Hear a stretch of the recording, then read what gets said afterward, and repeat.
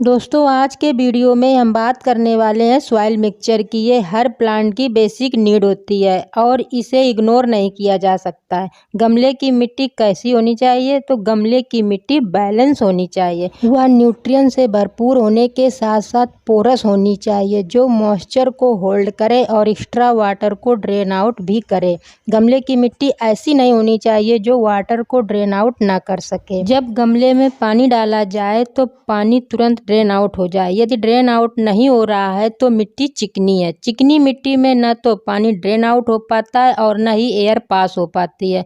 पानी और हवा दोनों को रूट तक पहुंचना बहुत ज़रूरी होता है, वरना प्लांट सरवाइव नहीं कर पाता। इसलिए मिट्टी जब भी बनाएं तो पोरस बनाएं, मतलब मिट्टी को भुरभुरी बनाएं। तो सबसे पहले गमलों में फिल की हुई मिट्टी को बाहर निकालें या जो मिट्टी बाहर से लाए हैं उसको भी पहले सुखा लें। इसे 2-3 दिन के लिए सुखाने को छोड़ दें, फिर इसे साफ कर लें। मिट्टी को पोरस बनाने के बहुत सारे ऑप्शन होते हैं।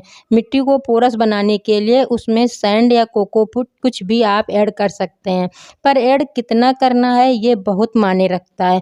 पहले सैंड के बारे में बात कर लेते हैं। अगर सैंड ज़्यादा ऐड कर देते हैं तो प्रॉब्लम रहती है, क्योंकि ज़्यादा सैंड में प्लांट सरवाइव नहीं कर पाता, उसकी ग्रोथ रुक जाती है, क्योंकि सैंड पानी को ज़्यादा होल्ड नहीं कर पाता। सैंड बहुत ड्राई होती है, इसलिए मॉइस्चर होल्ड नहीं रह पाता और प्लांट सरवाइव नहीं कर पाता। इसलिए जब भी आप मिट्टी में सैंड की मात्रा मिलाएं तो उसे हिसाब से ही मिलाएं।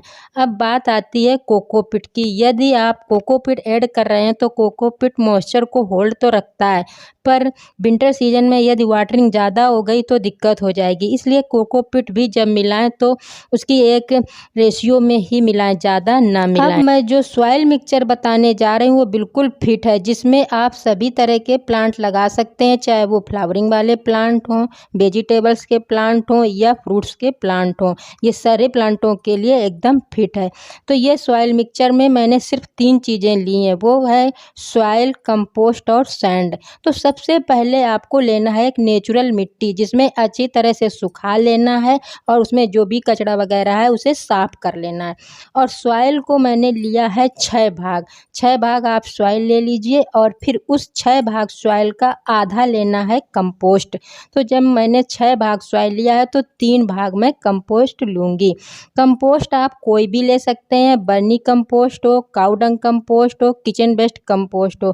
कंपोस्ट लेना बहुत ज़रूरी है, क्योंकि कंपोस्ट स्पंजी होता है, यानी मिट्टी को कॉम्पैक्ट नहीं होने देता है, यानी मिट्टी को चिकना नहीं होने देता है। और जो दूसरा है वो है कि मॉइस्चर उसमें बहुत पाया जाता है, तो वो मॉइस्चर को होल्ड करके रखता है और न्यूट्रिएंट्स तो उसमें भरपूर मात्रा में पाए जाते हैं, जिसके कारण प्लांट की ग्रोथ तो अच्छी होती है, साथ साथ फ्लावरिंग और फ्रूटिंग भी लाजवाब होती है। इसलिए किसी न किसी कंपोस्ट को ऐड करना बहुत ज़रूरी होता है। अब जो तीसरी चीज़ ऐड करने जा रही हूँ वो है सैंड। सैंड को आप कंपोस्ट का 1 भाग लें। मैंने कंपोस्ट 3 भाग लिया था, इसलिए मैं सैंड यहाँ पर 1 भाग ले रही हूँ। किसी तरह का कोई फंगस अटैक ना होने पाए, इसके लिए कोई ना कोई फंगिसाइड का प्रयोग अवश्य करें। मैंने यहाँ पर 1 चम्मच ट्राइकोडर्मा डाल दिया है। अब इन सबको एक साथ मिक्स कर देना है और एक सॉइल बैलेंस सॉइल बनकर तैयार हो गई है। और अब इसमें आप किसी भी तरह के प्लांट लगा सकते हैं। तो इस तरह से आप यदि सॉइल मिक्सचर तैयार करते हैं तो आपको किसी भी तरह के प्लांट लगाने में सुविधा रहेगी और प्लांट आपका अच्छे से ग्रोथ करेगा। तो इस तरह से जब ये सॉइल तैयार हो जाए तो अब मैं आपको प्लांट लगा करके भी दिखाती हूँ।